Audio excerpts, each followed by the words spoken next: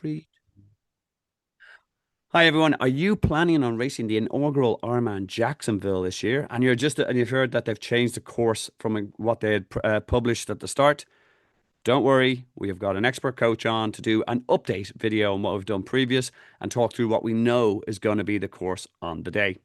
So, who are we and how are we going to help you?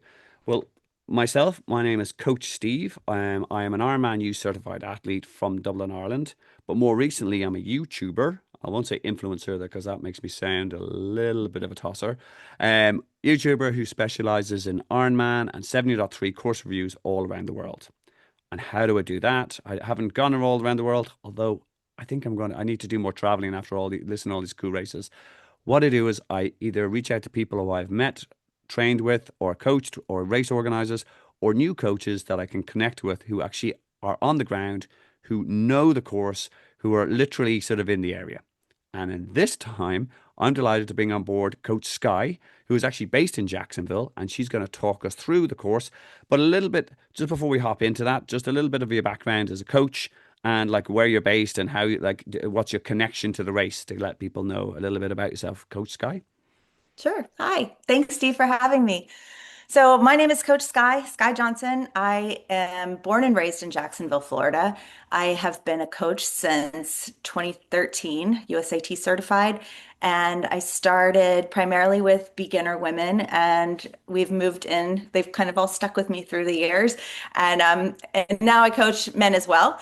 But we are so excited to have Jacksonville because this is kind of our home turf. So, yay to get this course into town. And I've created a group program around Ironman Jacksonville, and we'll have 37 athletes towing the line on race day. So I've made it my mission to know everything there is to know about this course. And with the new course, it's actually roads that I drive every day. It's more of a Jacksonville experience than the previous course, which was, if you are from Jacksonville, you looked at that course and said, I've never been there before.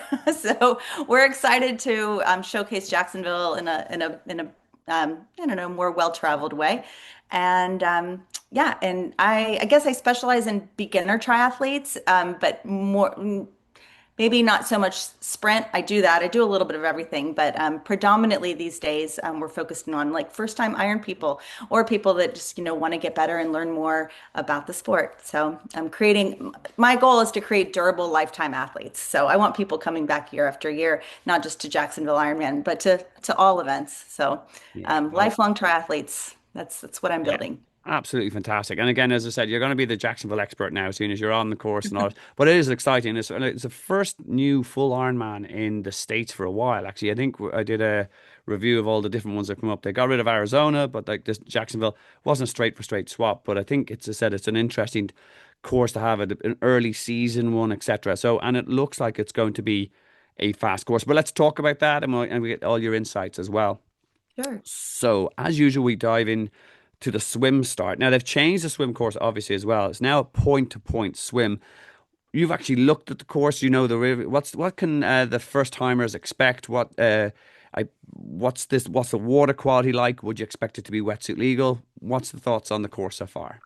Sure. So I like this course. Actually, I've swam this course before. I probably shouldn't say this out loud because it's technically not legal to swim it, but did it Ooh. illegally about 15 years ago. I have swam it. It is fast. Where I got out was this Fuller Warren. We're actually swimming a little bit past there, but we'll get in at at Metro Park, which is a nice big sprawling area. The St. Johns River is fed by the Atlantic Ocean, so there has been some chatter on Facebook about, oh, when I've swum in the river, the tides go in the opposite direction. Is it going to be against the current? No. So the ocean, the Atlantic Ocean feeds the St. Johns River. So when the ocean tide pushes in, the river flows up, and when the ocean tide goes out, the river pulls the opposite direction. So Ironman knows what they're doing, and they're not going to make a with or an against the current swim. So they've arranged it May 16th from at that swim start time all the way up until slack tide, which is just the short window of time where the tide shifts, will be a nice push of a current. Again, I've swam it before and it is very quick. The fun thing about this swim is that you do get to go under three bridges, which always makes sighting a lot easier when you can kind of eyeball the bridge. I know there's a couple Ironman courses that are like this. And yep, there you go. There's the three bridges. Um, there's actually on one of them, there's a little train track too. So you have to actually get to swim underneath the train track, which was kind of fun. Ooh. So yeah, St. John's River is brackish, which means because it's fed by the ocean, it's actually salty. So you're going to get a little extra buoyancy. It's not just like a lake or, a river that's, not. You actually are going to be buoyant. So not only do you have the tide, you've got buoyant water, but I want everybody to know that because it's surprising when you jump in and you're like, it's salty. So, if you are concerned about wearing a wetsuit or not to wetsuit, because that's the big question, you still going to have the buoyancy of the water. So don't worry too much about it. Plus the tidal push. So I think you're going to be happy with the swim. Yeah, no, and the Um, fact that they did change it, I did like because there was when we put up the first original course review, there was a query about is that going to be again, I do like as I do these course reviews all the time, and every chance that Ironman have of a downstream swim or a current assisted swim, Chattanooga, 703 Oregon, California, they take that option because they know that it's one of the biggest fears for people doing the first time. And yeah, so the minute I saw this course change, I was going, I know what they've done here, and again, it will be to the benefit of the first timers. Um, so again, that's great to hear that, and also the sighting from the bridges is also a good point. The question is there anything other than in terms of water quality? Can people there anything swimming in the water that they should expect? People always worry about jellyfish. They're not going to get that in this course, are they? no, I mean, listen, it feeds from the ocean, so you do see dolphins. Ooh, Yeah, oh yeah. nice. So I see dolphins running over the Acosta Bridge all the time. So there's chances of seeing dolphins. It's brackish. So basically, you've got the chance to see things that live in rivers and also things that live in the sea. Um, I don't think there's anything to worry about. I've never seen jellyfish per se, so I wouldn't worry about, a Maryland jellyfish issue.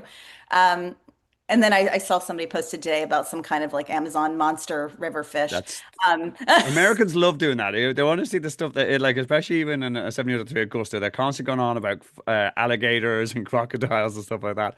It's just yes, there's one or two guys who just love to wind up people, and I went, no. yes, By the way, yes. this is We my know who they attempt at are. a dolphin, not a shark. If in case anyone gets panicked. Yes, yeah. I don't, there's no reason to worry about any of it. Dolphins, who doesn't live to see a dolphin? I feel like they're signs of good luck when you see them. So if we see them on race day, that's great.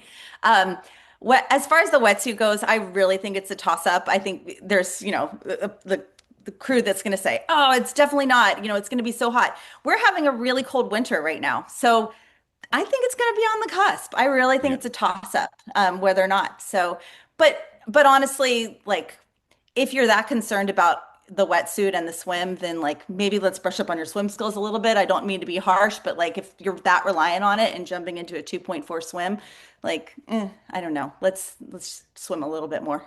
Yeah, no, absolutely. I've done Texas a couple of times. Again, it's been 50-50 when I did like once was wetsuit, once was not much wetsuit. But again, as you're right, you need to get into the open water. You need to practice with the wetsuit. Practice open water swimming because it is very different feeling to swimming in the pool and also a different feel when you're in a wetsuit versus a non-wetsuit. And again, you point out some really nice points of it.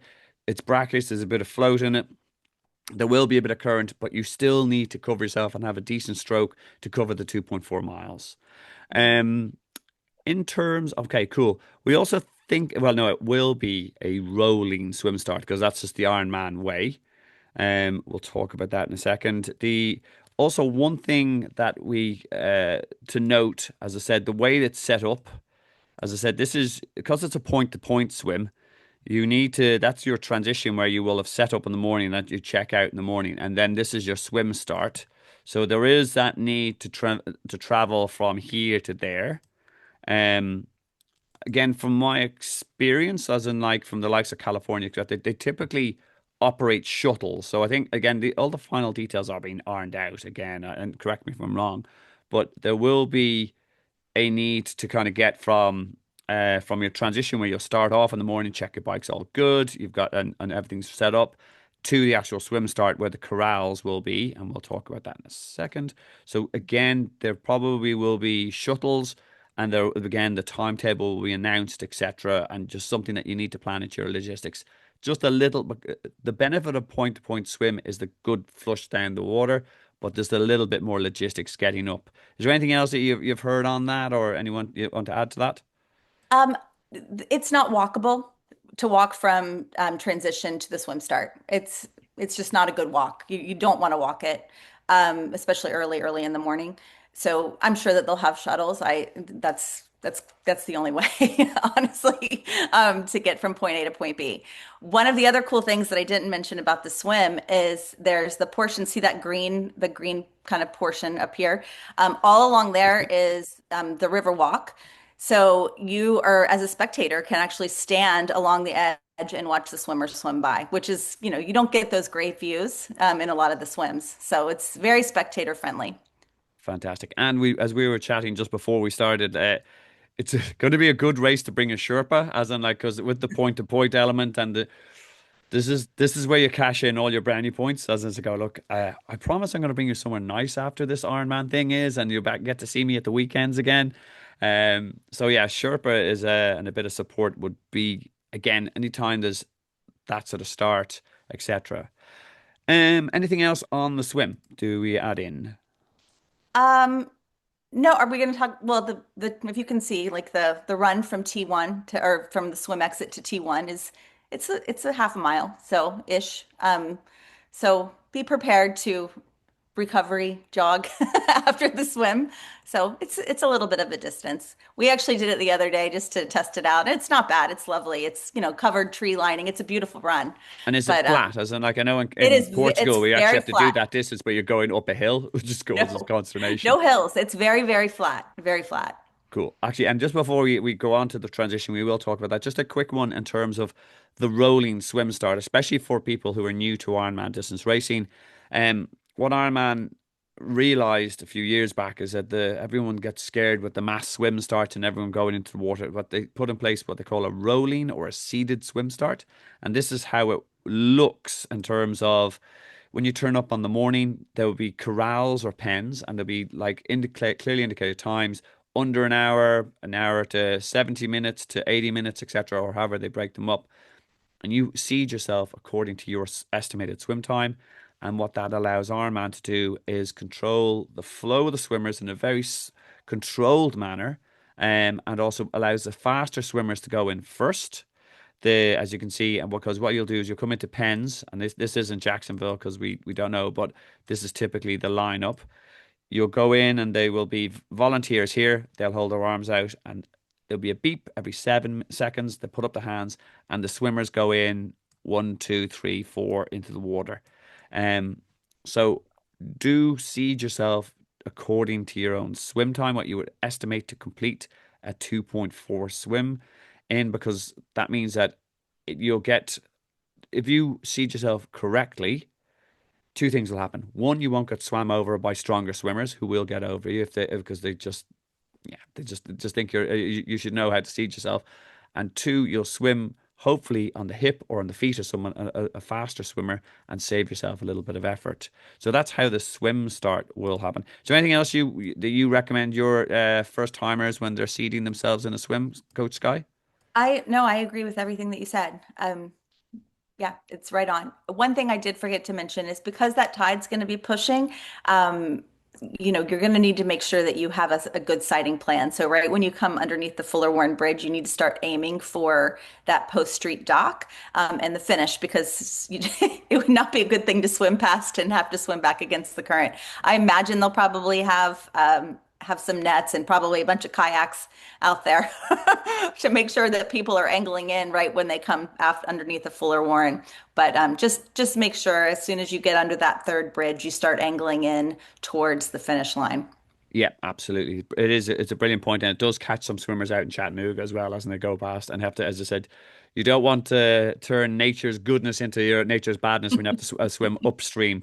Um, okay, and just in terms, we'll move on to transition shortly, but again, just a quick one.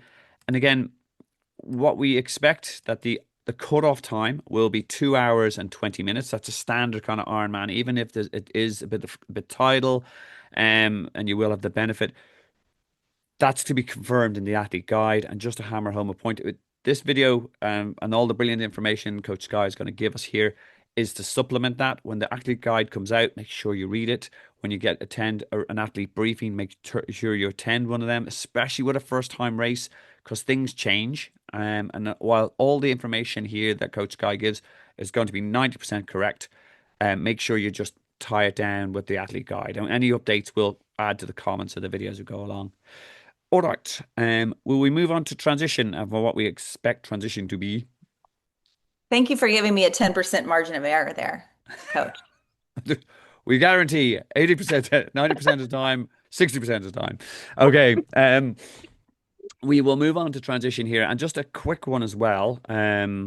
What again, to 100% to be confirmed, but again, it's standard in terms of Ironman full distance that they use what they call a clean transition system, which means that they use a bag system instead of your going to your local domestic tri where you put everything beside your bike and you have your helmet on your bike and you have your shoes beside your bike and your runners, etc.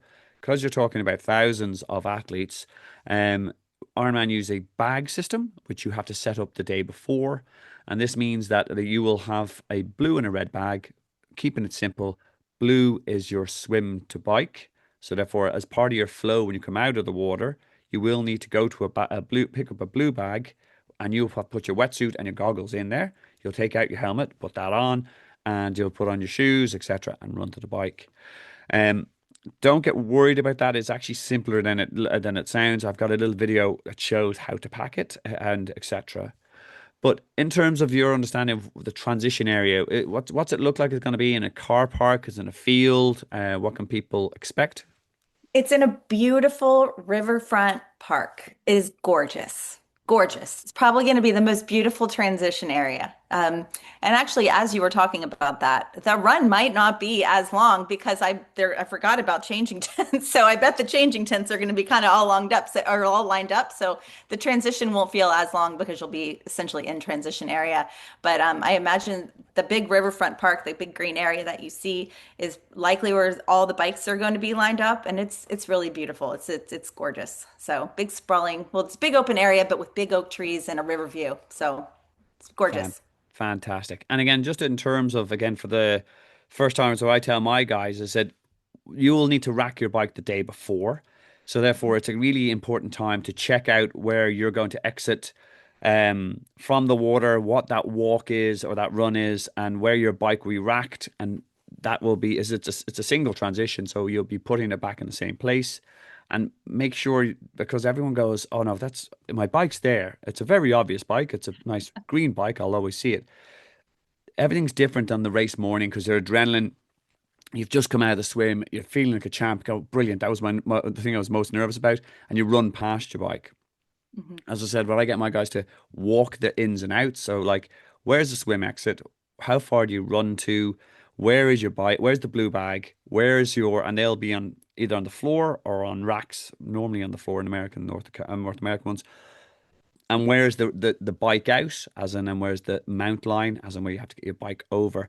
Just walk those, make yourself comfortable. People have smartphones, take a little video. So when you're not sleeping the night before, and you won't sleep the night before because you're always nervous, uh, go through the video in your head and go, okay, that's cool. So therefore, when you're coming out, and even with race brain on, that you don't do anything silly like run past your bike or forget to. Heard a story there. Someone actually tried to go cycling with the wetsuit still on, but I think that might be a little bit over the top. What's your top kind of transition tips for your new guys who are doing their first Ironman? What sort of advice you give them? You nailed it.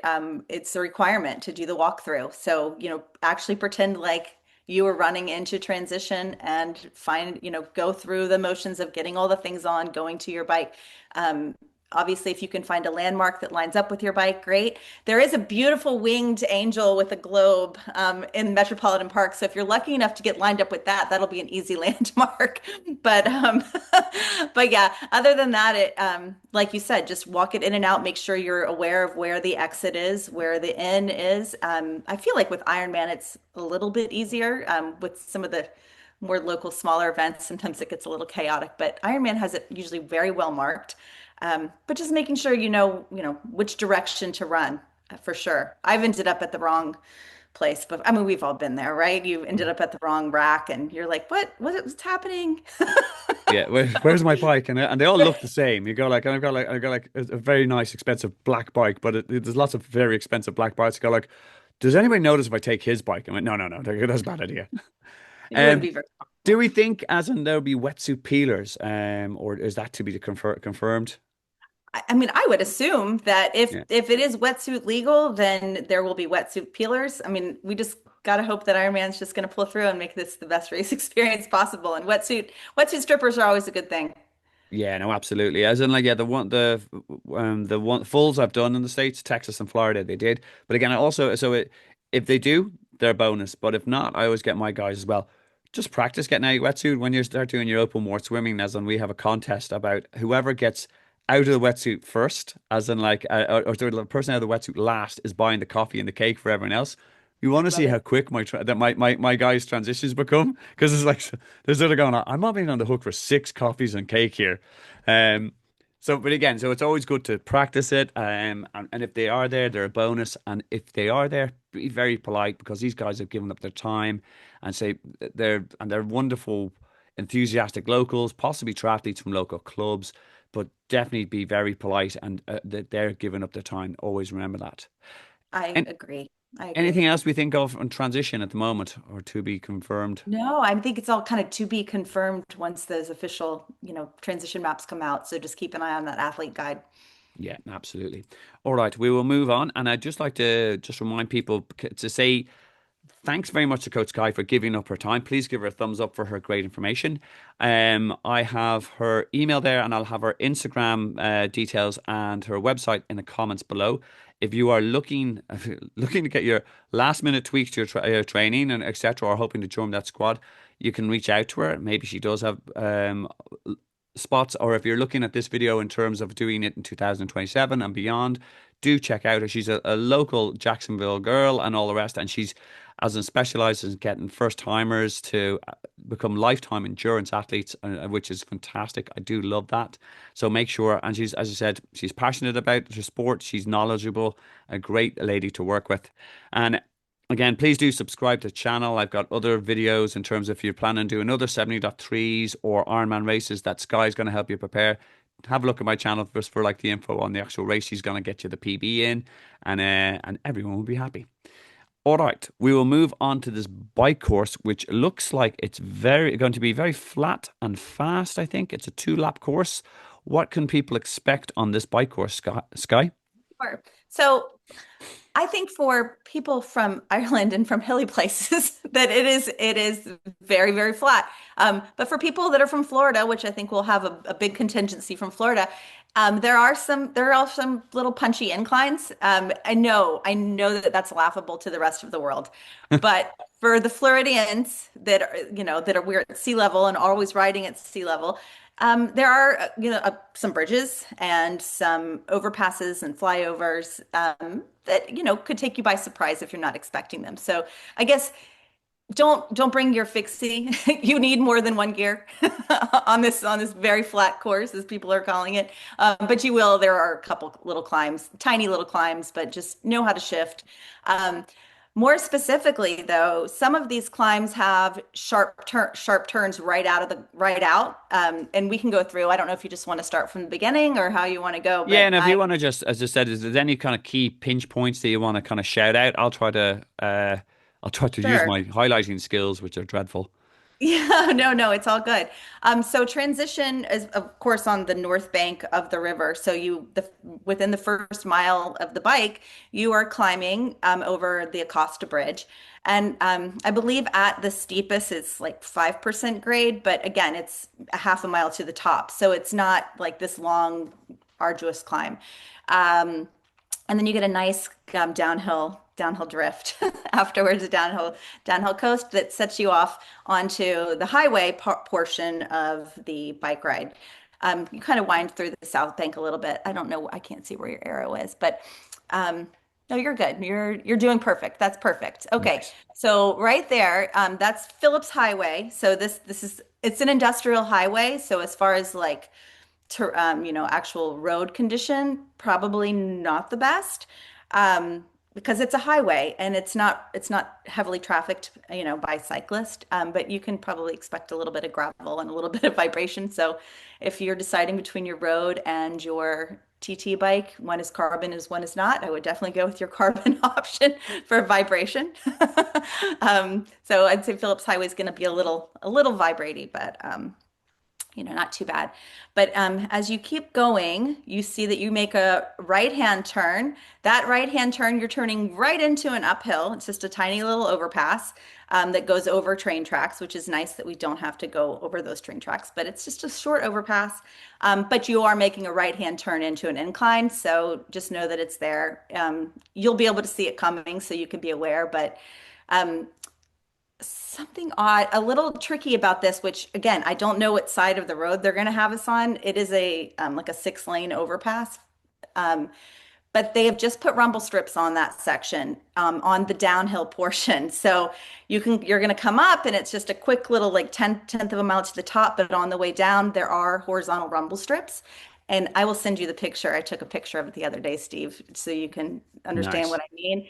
But eyes up, making sure that, because I think there's 4 sections of rumble strips on the way down. So much for the free speed because you're getting speed bumps all the way down. And they're just tiny rumbles. You're not going to notice them, but they're enough to, slow you down. You can't bomb down that hill too, without having a little bit of natural slow.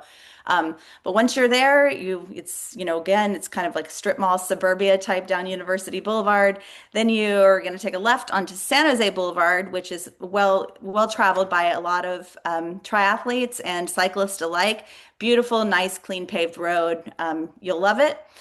Yeah, that's where. Yep, you're doing good with your arrows here. And then you're going to take a left onto Bay Meadows. Bay Meadows again is going to put you over another little set of train tracks.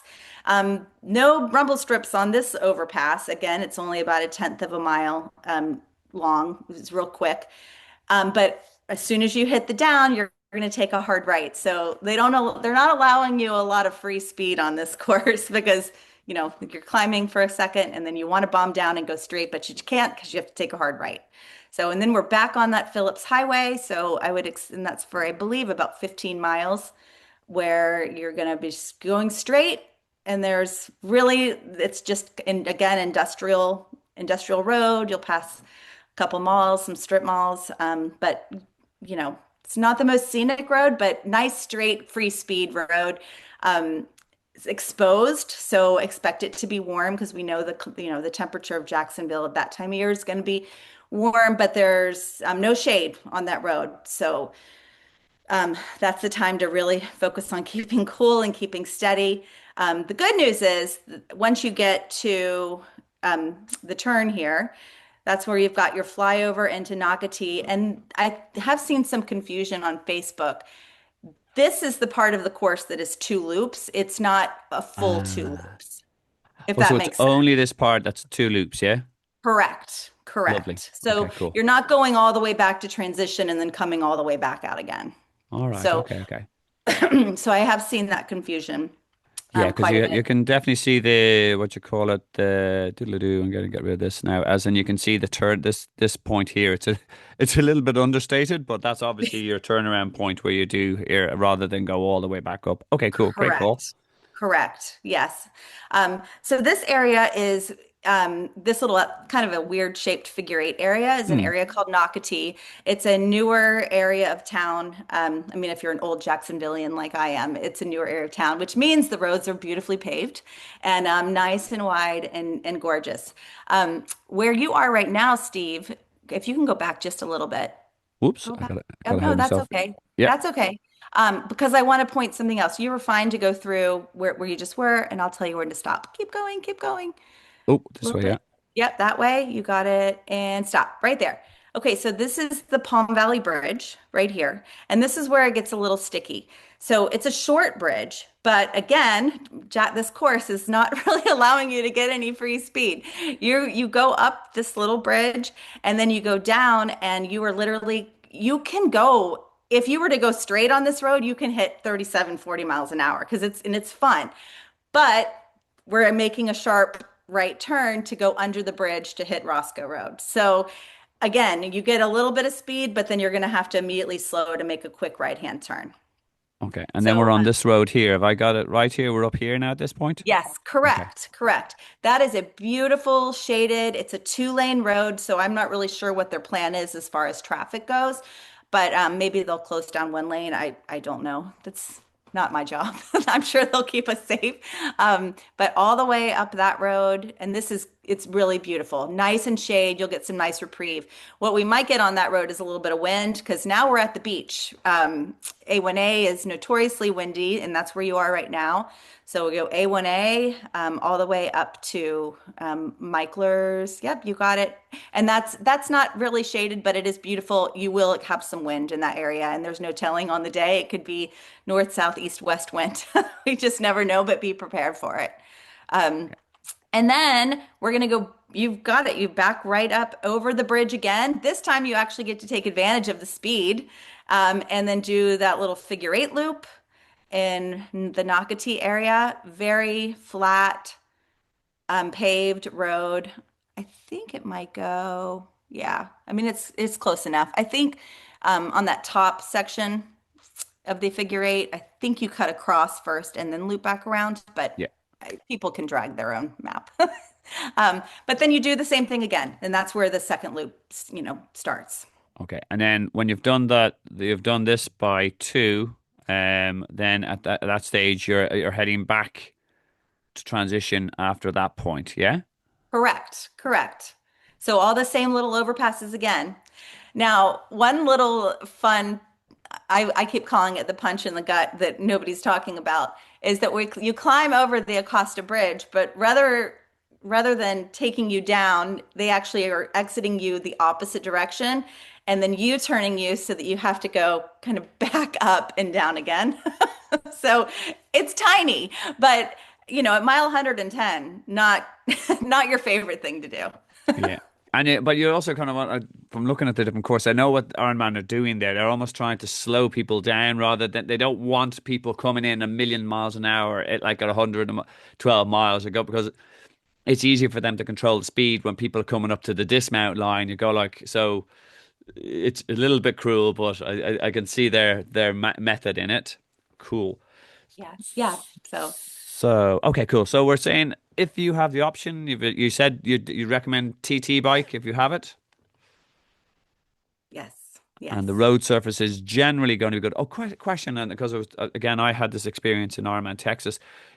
Are stanchion joints going to be an issue in terms of is that a thing down in Florida where as I said, if you're to the side of the road to allow the concrete expand a little bit, there's these joints that are they a thing that people should keep an eye out for on this roads?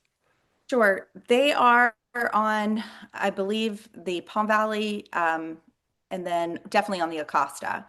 Okay. But they're not, and actually maybe even on Bay Meadow. No, not on Bay Meadows, but maybe even on University, on the overpass. But nothing more than a blip in the road. I would be more concerned about the rumble strips on University overpass, honestly, over the jointed sections. Just little bloops, not anything like major bumps. Yeah, And do you there's know no actually grade either. it's a really good point. As and again, what I tell my guys as well, we would actually have proper in some of our courses in Europe like actual speed bumps. So even with that sort of stuff, what I tell is make sure everything's locked down well on your bike because it's those even rumble strips that like knocks off Garmin computers or your rear bottle if you haven't got it secured well with elastics, etc. Like that's where bottles get shot out the back and you go, look, I've lost my nutrition. So Yes. again, even knowing that, just make sure everything's nice and tight and accessible, but secure on your bike. Cool. Eh, One more thing on the bike. I was thinking about this morning.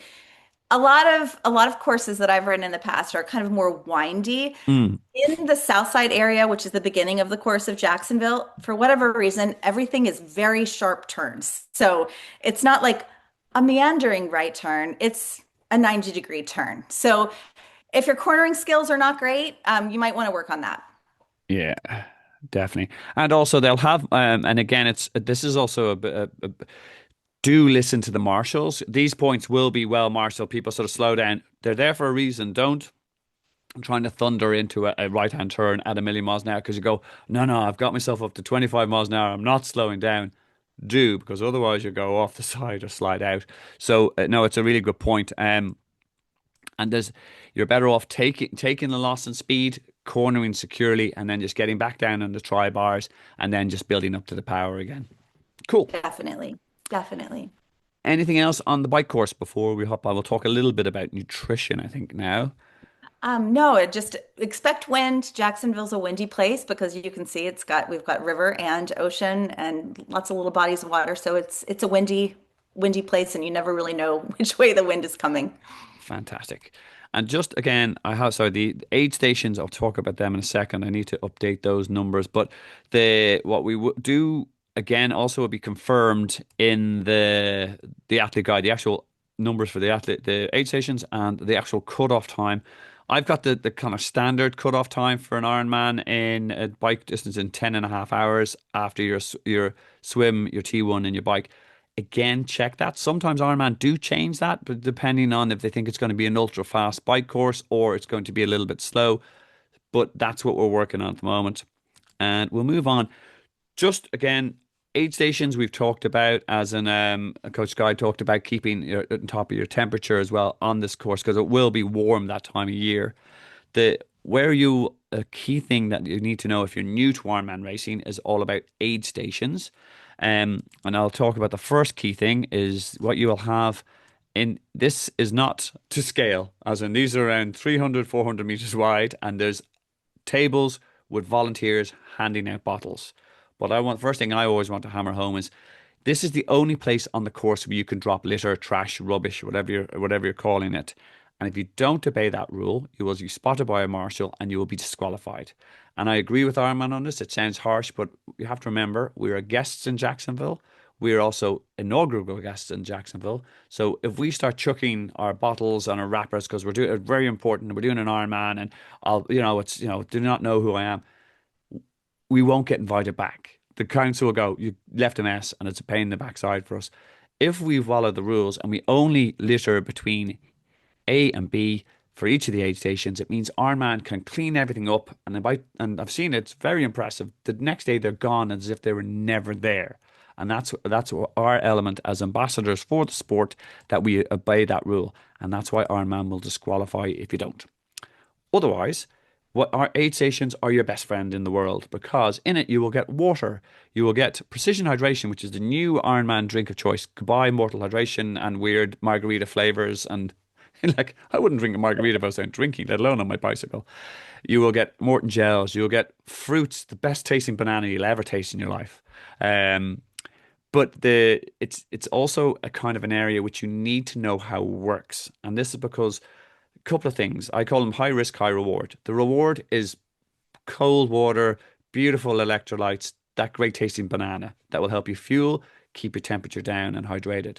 But the risk factor is, remember, as I said, it's the one place people can throw bottles, they can throw wrappers. So there's debris. People will knock bottles out of volunteers' hands. There's stuff on the floor. You've got to be awake. And then also there's bicycles moving in and moving out. So some key tips to minimize the risk of you coming a cropper at an aid station. One, know when you're going to use an aid station. They're not, you'll know in advance. So go, okay, I have enough water on my bike to get me to the second or third aid station. Fine. I'm going to go in but also then communicate to your fellow athletes. I'm going into the aid station. I'm going into the aid station. Don't suddenly veer across and hope that they expect you know what you're doing. Slow down. You do not, this is not an area you want to go in at 25 miles an hour. You want to go in really slow, secure the bottle, talk to a volunteer. Water, please, please. Remember, P's and Q's, good manners never go out of fashion. Slow down, get the bottle secured, put it in your bottle cage, fill up your hydration system, and then move out. Also say thank you to the volunteers. All about calm, slow, controlled, and communicate to volunteers, to fellow athletes, and do everything nice and calm. Get the fuel, get the water, get the electrolytes, and continue on your day. Anything you want to add in terms of the aid stations, Coach Skye? No, I think you covered it all. One thing that I always tell my athletes is don't start fiddling with all of your stuff until after you're clear of the aid station, because just because you are, ready and controlled doesn't mean that the person in front of you is. And if you don't have your eyes up, then you have the risk of running into somebody that's fiddling with their stuff. So eyes up always through the aid stations. And once you get through that dangerous section, you can start fiddling with your own stuff. Exactly. As long as it's secure, as in, like I said, get into the water bottle or hold on to put it in the back of your tri suit. Just again, and then when you're in a bit of open space, you're out of that kind of high Yeah. movement area. No, absolutely. Yeah. Okay, cool. So look, aid stations it's one of the best parts. You're going on your long rides and you're all the rest, and you're sort of going, oh, I need to take X amount of bottles. Ironman are putting on a buffet for you and all the rest. And I do have a competition with one of my athletes to see whether or not he can eat enough Morton gels to actually make back his race entry fee, which I think means he'll going to have to eat around 300 Morton gels. But he says he's going to do it for me. Um, but again, which, disclaimer: do not try to eat 300 Morton gels. I am not going. This is not a Mr. Beast video where we're going to see what happens to your digestive system. The again, there is, and there's the one other thing I tell my guys is practice. As in, it goes, oh, but I don't have. You do not need to set up 4 tables. What you need to do is on your way back, as in get one of your friends, get one of your colleagues, just to actually hold out a bottle and let you slow down. And the first time you knock it out of their hands because you don't know what you're doing. Second, third time you probably get it. Go, actually, that's how I do it. And you do it a couple of times, and it comes second nature. So all these things are covered in the video and below, and have demos and have kind of nice hints and tips. So make sure you check it out. There's videos of pros knocking over bottles. So if they can do it, we can do it. So slow and controlled. Alrighty, we will move on to back to transition, the same transition area, which we will begin to transition our bike to run. And this time it's a red bag we're looking for. And again, just a key tip, you cannot take your helmet off until you've racked your bike. So you'll be coming in, there will be that mount line will now become a dismount line. And this means you have to stop your bike entirely before you get off it, and then run to your rack, to where your numbered rack was, same place where you picked it up, rack your bike, and that's the only time you can take off your helmet. You'll then run, follow the flow, and you'll be picking up a red bag where you'll be putting your helmet in, your sunglasses, and taking out your runners, your visor, or whatever you want, your little run bottle thing, etc., and then move. It's much easier than T1 because you're not worried about wetsuits, you're not worried about bikes. But Coach Skye, what's the kind of top tips do you give your guys for a smooth and efficient T2? Have a plan and keep that plan as simple as possible. So no, I like to bag everything in little baggies myself. So like if I'm carrying nutrition on the course with me, I like to have it in a bag so that I can shove one bag rather than, have 18 different things I'm shoving in my shorts on the way out of transition. Yeah, keep it simple though. Keep it simple. Use what they're using on course so you don't have to carry all your own stuff. So if your stomach can stomach the Morton, and thankfully, like you said, we've switched to precision. Go ahead and buy some now and start training with it and make sure it works for you. And then it's really simple. No, absolutely. And we have a couple of phrases in our squad, one of which the guys gave to me, because nothing good happens in transition two. As I said, like just I just hear, it's like you see guys sitting down and they're talking about the wonderful bike split, or like the fact that they got the drafting penalty, and go like, no, no, no, no, no, no. Just get in and get out. As I said, and the other phrase my friend used was, the only thing you find in transition two are other people's problems. As in someone going like, I haven't bagged up my stuff cleverly like the way Coach Skye told me, and they're looking for the socks. And I went, that's your problem. The minute you've got your runners on, you can start moving towards the run exit. And that means you don't need to be stationary putting on your hat or your sunglasses. Just walk, but every step you're taking means you're closer to the finish line, closer to meeting up with your family and friends and getting that brilliant medal around your neck. Right. So nothing good happens in T2. That's why we go through it nice and smoothly. Okay, anything Sure. else on T2, or we'll No, I bounce on love to? that. I love that. A cue that I use for myself, and I try to get my athletes to do it, but sometimes they hear me, sometimes they don't. But everything I do in transition, I always start with my feet. So I work from feet upwards, because once you have your feet organized, then you can do everything else in a moving fashion. Yeah, absolutely. And again, and whether you put on socks or not, again, I'm a big fan of actually using socks in the run, just especially for iron distance. I do dry socks in T1 and T2, just because there's nothing worse that will ruin an Ironman run split if you get blisters and like you will have sweated and you'll be pouring water on yourself on the bike. Nice dry socks. It may take an extra 30 seconds, but it's a worthwhile investment for me. But you're right. Feet are sorted, and then everything else you can move, putting on race belts, hats, etc. And then we are out on this wonderful looking run course. Do you want to talk through where we'll be running through? What's the surface they'll be running through? What can people expect? Sure. Sure. Relatively, well, again, to Floridians, there might be a couple rollers, but no, I would say no climbs. Some rollers, but no climbs. Um, you're going to be in beautiful historic Riverside. The architecture is gorgeous around there, sprawling oak trees. It's really beautiful. An artsy district. Right where you're going right now is that Riverwalk area. Um, I believe, let's see where we're at. Okay. Yep. So that's the Riverwalk, and that is exactly what it sounds. It's all along the river, which is lovely. Um, there, yeah. So and then and then you're headed towards the finish line there, and you're going to cut up into downtown. So it's one of those cruel courses that they make you pass the finish line a few times. Did you say Um, cool or did you say cruel? As in, I'm I thinking it's said cruel because cruel, very cruel. you're way more positive, and I'm gonna go. Oh my God, I can Oh no, see no. people finishing. Look at the pros finishing. I've got 3 laps to go. No, no, I know it's very cruel. So then you're into downtown Jacksonville, which again is historic in its own right. Just it's a different vibe. Kind of up through where you're going right now is the Brooklyn area, which is a newer area to Jacksonville. It's kind of recently developed. Some artsy stores, restaurants.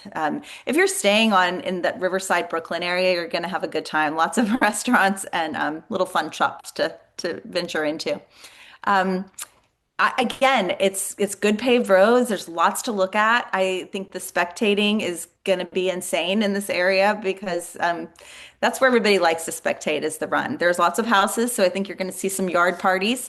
And then I know for a fact that some of the aid stations are going to be manned by the YMCA and my group specifically. So expect some party atmosphere at a lot of the aid stations. Nice.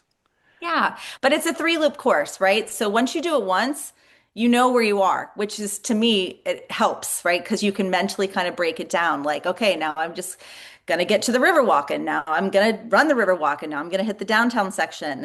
And again, having this party like aid stations are gonna help break up the course a little bit more for you.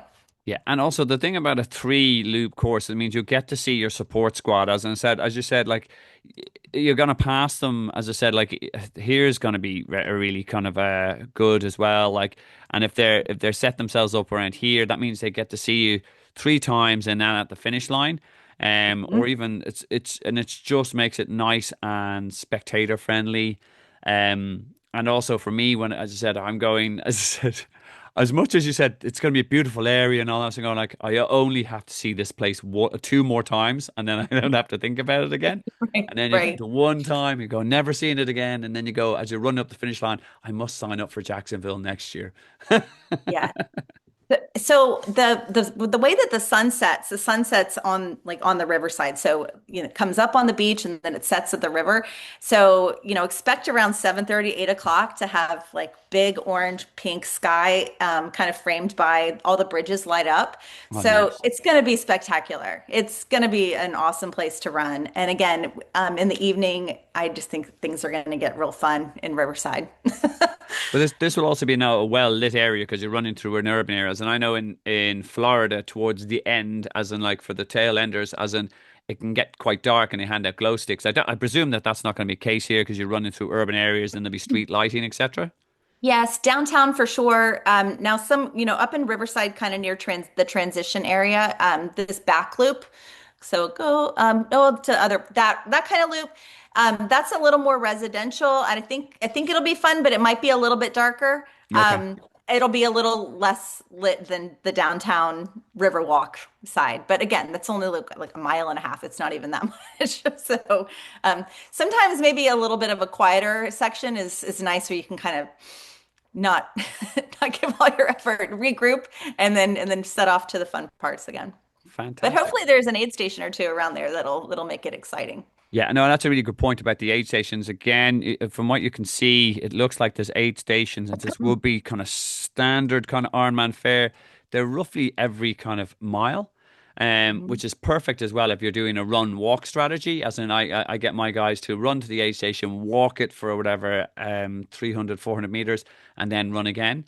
It's and again, top tip from my side is never miss an aid station, especially on the run leg. As in, even if you're taking, ideally, if your stomach is okay and you're keeping on top of fuel, you can take some food in, even if it's you're kind of maybe having some sort of you're full, or you should always be pouring water on yourself to keep the core temperature down. A bit of Coke as well, in the final last legs gives you a bit of a sugary rush to kind of get you over the last few laps. But me, never miss an aid station, as I said. And even if I'm having a really bad day, I try to talk to the aid station volunteers, and they tend to get a little bit of energy from them and all the rest. And it's just a nice, it's kind of my happy place in the run. Me too. Any other last minute tips on the run course, or what can people expect? Or I really just think take it in. Stay cool on the bike. That's the main thing. Because if you come into T2 overheated, that run's gonna suck. So stay as cool as you possibly can on the bike. I imagine for the time of year it is that there are going to be ice stations as well. So utilize those, carry ice in your hands, put ice in your mouth. Just stay as cool as you possibly can to really be able to soak the course all in and enjoy it rather than just suffer. yeah, and that's a thing as well. I think again, people, some first timers ask me like, so what? My top tip is, by the way, it's just going to sound daft, but your day will go quicker than you expect. As in, what you mean? As I said, I've done Ironman where I've no memory of the course. I have memory of me looking at my Garmin, of looking at my power meter, of looking at, and there's things I've missed. I said, especially if you're first time, as I said, take actual mental pictures in your head, right? So you can't take your phone with you and all the rest, but what you can do is lock in memories. And I go, when you're sitting in the corral and you're talking to someone, you look around, there'll be helicopters, there'll be a noise, electricity. Just go, I'm remembering this moment. This is my mental snapshot. In the swim, remember coming out, remember what it felt like to see the volunteers. Take that as a picture. On the bike, when you're on down, when you're on that seafront and all the rest, take a picture in your head. So go, I want to remember this. I don't want to just remember what my average speed was or my average power, because Garmin will save that for me, but I want to remember that, particularly on the run.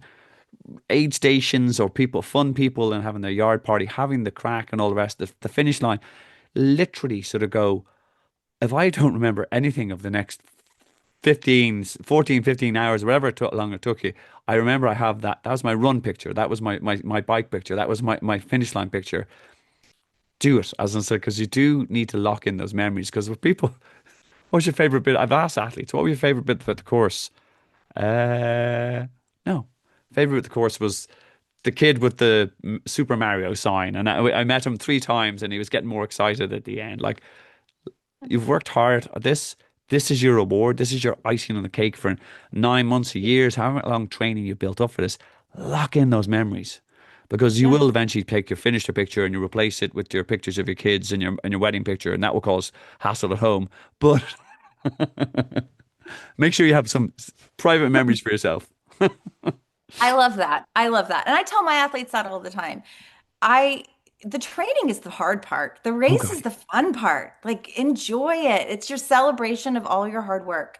And if you're out there just grumpy, miserable is a choice, right? Just have fun. Have fun. If you're light and happy, and honestly, if you say and if you're running along and you see somebody walk and you say, "Hey, good job, man," you also hear that back to yourself. Like encouraging others and bringing the positive energy actually just kind of keeps fueling your fire the whole time. So just enjoy it and enjoy everybody out there. Yeah, and as you said, you're plugging yourself into a community. As in, like, there's very few. Okay, there's a bunch of people who are looking for Kona spots. There'll be a pro. I'm not even sure there's a pro field, but there'll be people trying to win this thing. 99% of us getting to the start line is the first win. Getting to the finish line is the secondary win almost. And as you said, this is, and I love the sign that you'll see it. I guarantee. Remember, you paid for this. Do remember that. And I said, if you see I got a great bit of advice from one of the coaches as well. He goes, if you see your support and you can't smile because you see them, take on board fuel because your blood sugar is low. As in, you should. There's no reason why you shouldn't see the people who have you've sacrificed spending time with, and they've sacrificed spending time with you. They should lift your spirits, and this is why you're doing it. And remember your why, as in, like, no one put a gun to your head and said, listen, you need to do an Ironman or else the world will end. You decided this is your challenge. This is you living it. This is you taking it on board. And this is something that you have to enjoy. So yeah, and by the way, your legs will hurt. You'll have lots of moments. Why am I doing this? What's my life choices? And you'll think about giving up. You won't. You'll get to the finish line and you'll have that memory and the pictures. And I said, and our little life memories in your head forever. Hooray for us. Agreed. Yay. Stevie said it so well. That's exactly my motto. If it's not fun, why are we here? That's it.